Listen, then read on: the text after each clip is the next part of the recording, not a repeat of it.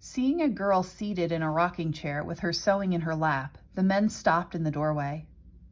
The young man Laura had noticed outside her window, the one the sheriff had called Walt, was the first to recover. "Well, look who's here," he exclaimed, swaggering across the threshold. "It's young Miss Eastman herself, and just as pretty as I heard she was." Laura's anger rose to the boiling point. She had no objection to being told she was pretty, but the young man's tone was so familiar that she felt insulted. Bert should put him out of the house, but Bert had disappeared. Without rising from her chair, she demanded angrily, "What right do you have to come into my room?" Even to her own ears, her accent was as pronounced as her Aunt Ruth's. No Southern gentleman would think of doing such a thing. Walt did not move. "Well, aren't we high and mighty?"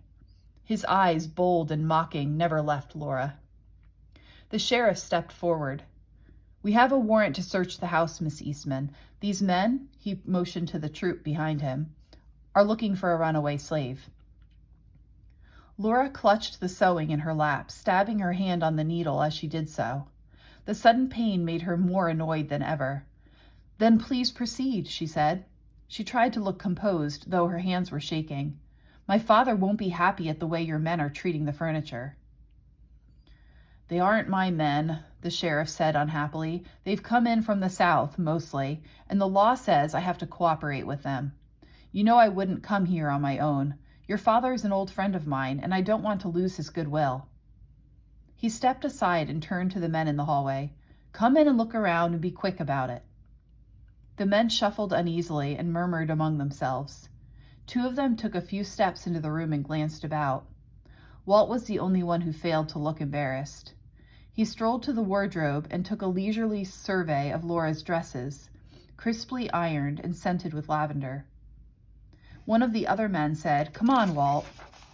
We don't need to worry about this room. This little Southern lady isn't going to harbor any slave in here." Walt stooped to inspect the floor of the wardrobe and rapped on the wall beside it, as if looking for a hidden room. Laura bent her head over her sewing to hide her anxious eyes. By the time they finally left, she felt limp.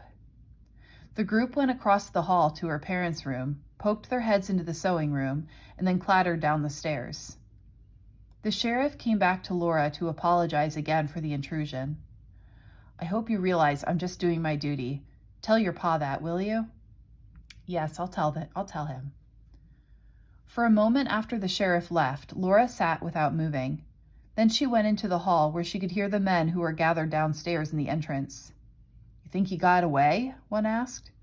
"I figure he wasn't here at all. Maybe Joel never brought him, or if he did, that little Spitfire upstairs wouldn't let him in." "Did you hear her? No Southern gentleman would think of doing such a thing." This remark was followed by laughter. Another voice said grimly, "I'm not so sure. Did you see those clothes hanging behind the stove?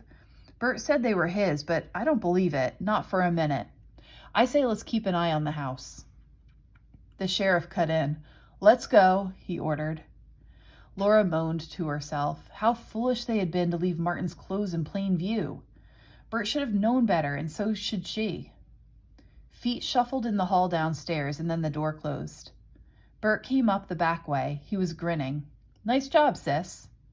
Laura looked up at him, bit her lip, and burst into tears. Bert said awkwardly, "Hey, don't cry now. It's all over." Laura rubbed her eyes on her sleeve. "It was terrible. I was so scared." He looked surprised. "You didn't act scared. You just acted mad." He rolled back the rug. "Let's see how Martin feels."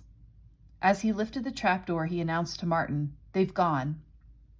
Martin was obviously shaken. He took a deep breath and raised himself to the edge of the opening. There he slumped down and glanced around the room as if to assure himself that the men were indeed gone.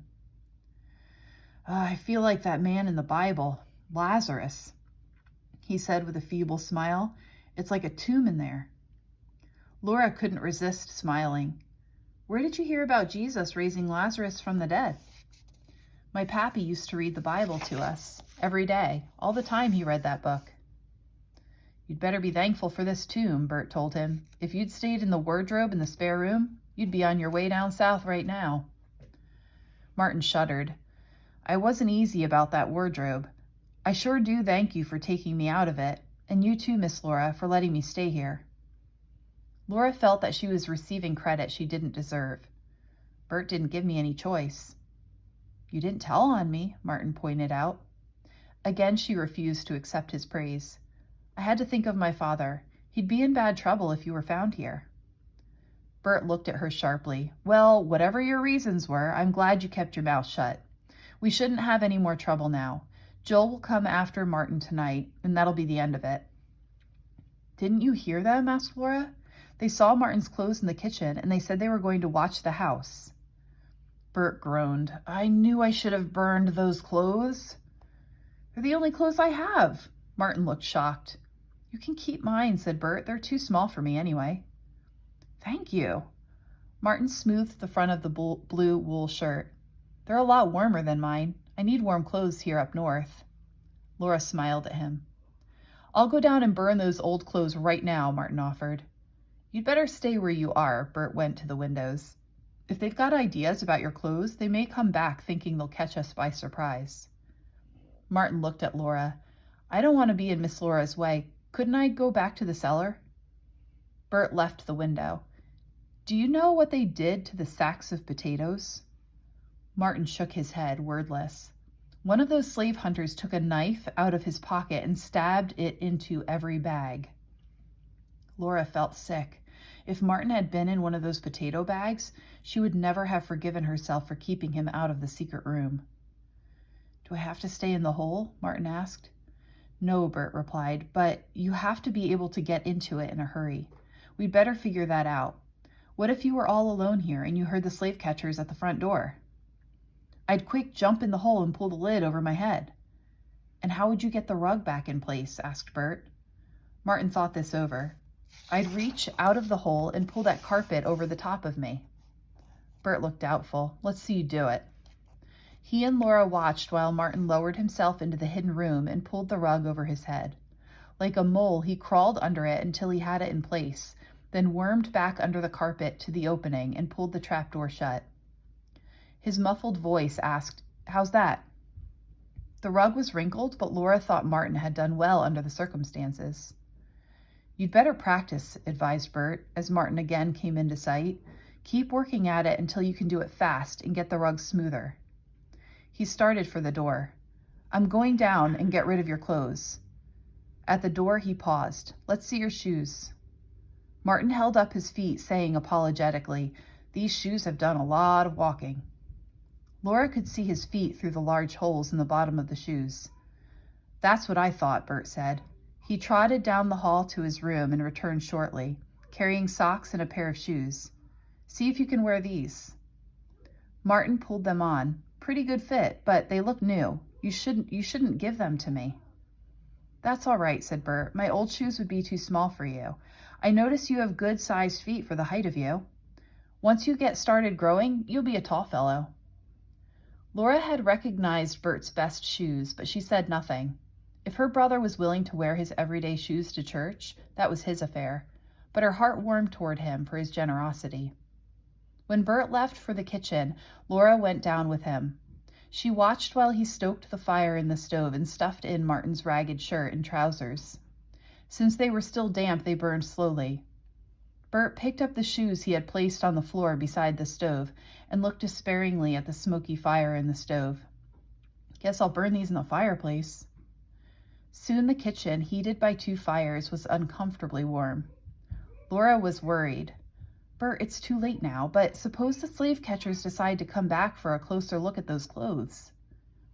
I'll just say we decided they were too worn out, not worth keeping after all, so we burned them, Bert said, poking a smoldering shoe.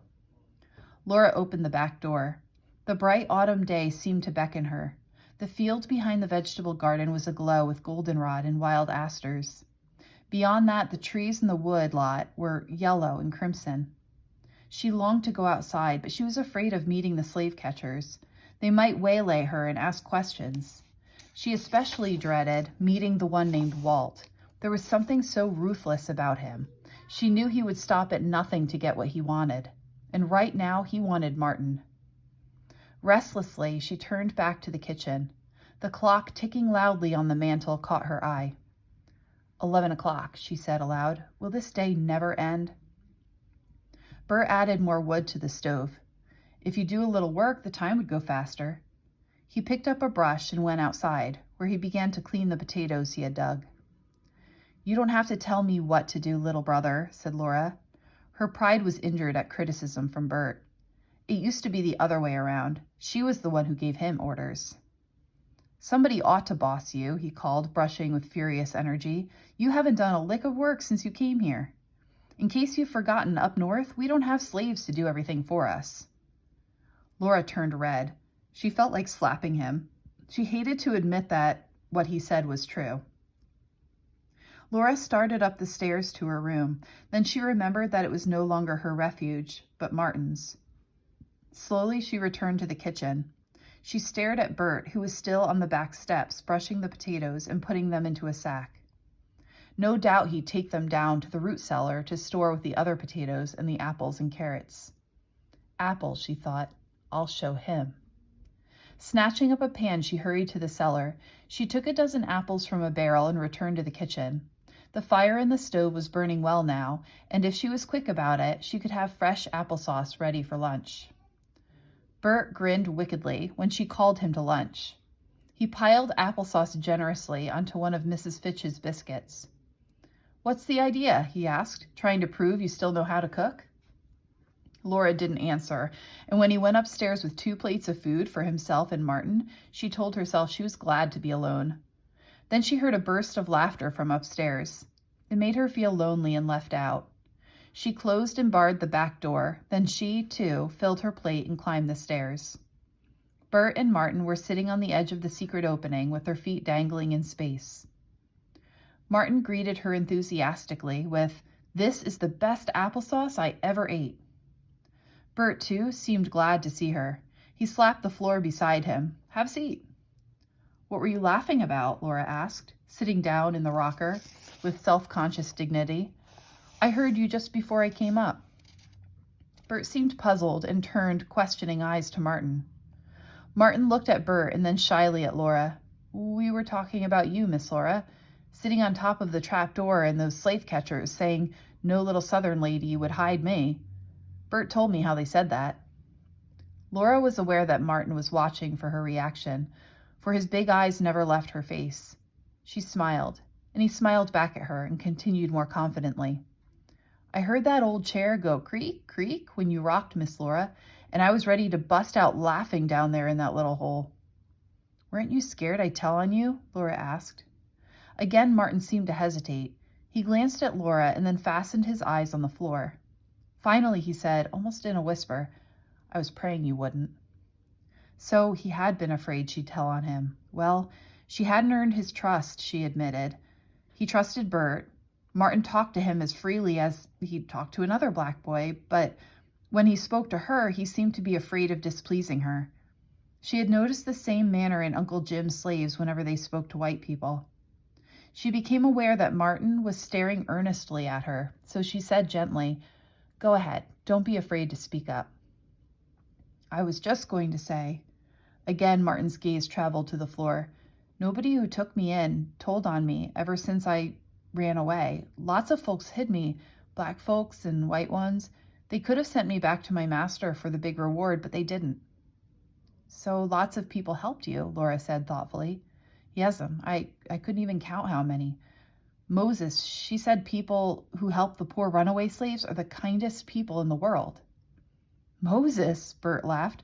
"Moses was a man, and he lived hundreds of years ago." Martin shook his head.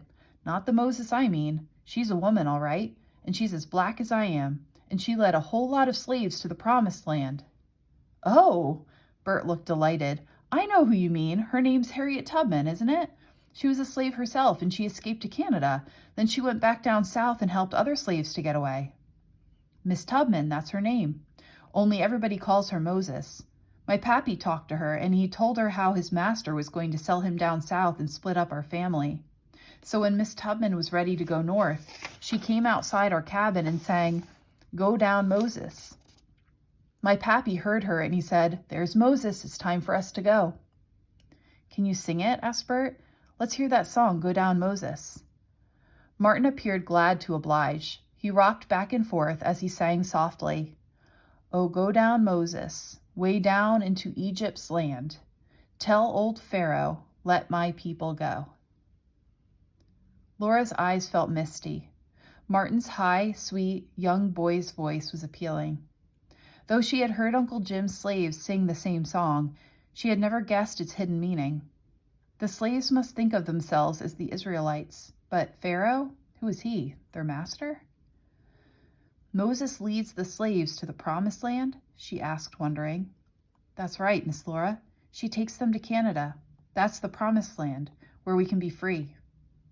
"Why didn't you stay with your family?" Laura asked. "They're in Canada already." "I got sick with measles, and Pappy didn't want to make trouble for the kind Quaker lady we were staying with. She didn't have room to keep hiding so many of us.